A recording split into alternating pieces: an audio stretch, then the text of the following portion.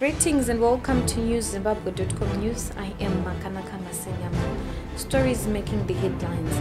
Ex-President Robert Mugabe's influence continues being felt in Africa. Drug peddler jailed 9 years for possessing 700 kgs dagger. CFI Holdings Limited posts $4 million RTGS growing profit. And in sports, young warriors beat Mozambique 2-0 in AFCON qualifier. Now the news in greater detail. Over a year since his overthrow, former President Robert Mugabe's influence continues to be felt in Africa, with organizers of an ongoing SADC conference introducing their meeting with a clip from one of his past speeches in which he was attacking Morocco's occupation of the Western Sahara. Regional power bloc SADC is holding a solidarity conference as part of its efforts to push for the independence of Western Sahara. Sources attending the solidarity conference, jointly hosted by South Africa and Namibia, said a clip of Mugabe lashing out at Morocco was played before the start of proceedings.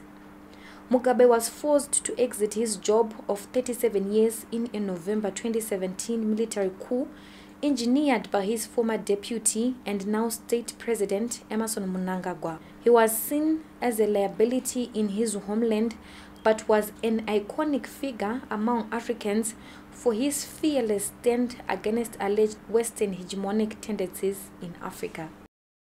Gokwe North Rural District risks exhausting its underground water reserves soon due to uncontrolled stream bank cultivation. Speaking to Zim TV during a recent media tour of the place, Environmental Management Agency officer for Gokwe North, Alan Machenjedze, said communities will now have to survive on 4 wetlands after 7 out of 11 have been destroyed. Machenjedze said Gokwe has been hit by a dry spell and most people in that area would choose to farm near rivers where water is easily accessible. MDC will not act against its members already campaigning for leadership positions ahead of the main opposition's May elective congress.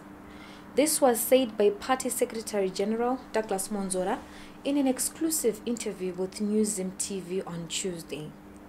The MDC Standing Committee has set April 27 as the official date for campaign commencement, but some impatient candidates have already started circulating posters on social media soliciting for nomination. We noticed that other people have started campaigning already, but the official time to start campaigning has been set as the 27th of April. I don't see any action being taken against them.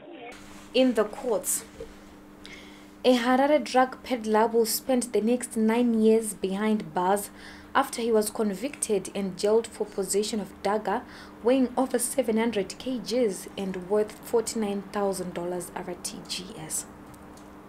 Speaking while passing sentence, trial magistrate Barbara Chimboza said 38-year-old Ranganai Samembere deserved a custodial sentence for dealing in an illicit drug which she said would have ended in the hands of society.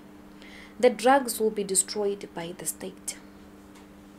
Still in the courts, firebrand political activist and now opposition MDC politician Lynette Modewe has finally been paid $6,000 RTGS in damages following her brutal attack by police during a street protest in Harare some 2 years ago. Modewe, through the Zimbabwe Lawyers for Human Rights, had approached the courts demanding the incarceration of Home Affairs Minister Cain Matema and Police Commissioner General Godwin Matanga for failing to comply with the court order to pay a $6,000 RTGS compensation. The order was granted in December last year. Now in business. CFI Holdings Limited has posted a $4 million RTGS group profit before taxation, a development signaling a consistent recovery trajectory of the entity following years of poor performance and loss-making. CFI Holdings Limited Acting Group Chairperson Itai Pasi said that the group's balance sheet is stronger and well-positioned to underwrite further growth in the forthcoming year. This follows last year's recapitalization of both Glenara Estates and CFI Retail. Also speaking at the function, CFI Holdings Group Chief Executive Shingirai Chibanguza held that the entity continues to recover after years of corruption and mismanagement. We shall be taking a short break. We'll be back soon. Many people have been asking me how did I manage it, because they could see that everything was there, everything was just happening, things were being paid. So I've told people that it was through Diaspora Funeral Cash Plan. So I would advise everyone to join this Diaspora Funeral Cash Plan. Their policy is good because it took all the weight off my shoulders.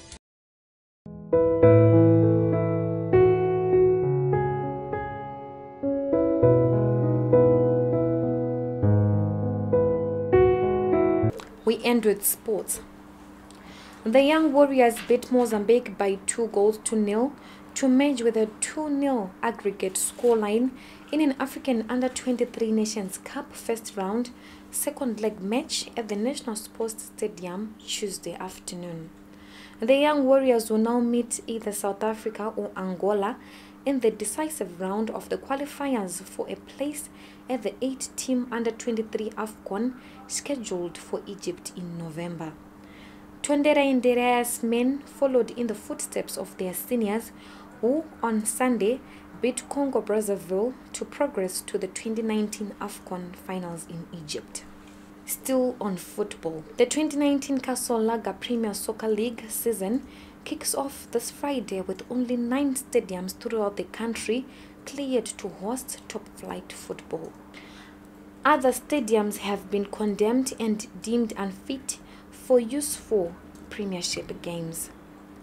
ZIFA Chief Executive Officer Joseph Mamute wrote to PSL on Monday informing the Top Flight League football administrators that only 9 venues, namely National Sports Stadium, Barberfields, Rufaro, Baobab, Luveve, Nyamunga, Gibo, Mandawa, and Colliery were fit for PSL games.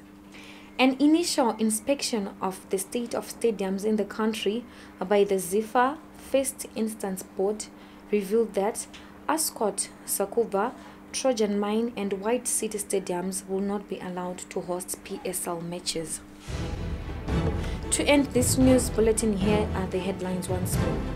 Ex-President Robert Mugabe's influence continues being felt in Africa. Drug peddler jailed 9 years for possessing 700 kgs dagger. And in sports, Young Warriors beat Mozambique 2-0 in AFCON qualifier. Reporting for newszimbabwe.com, I am Makanaka Masenyama.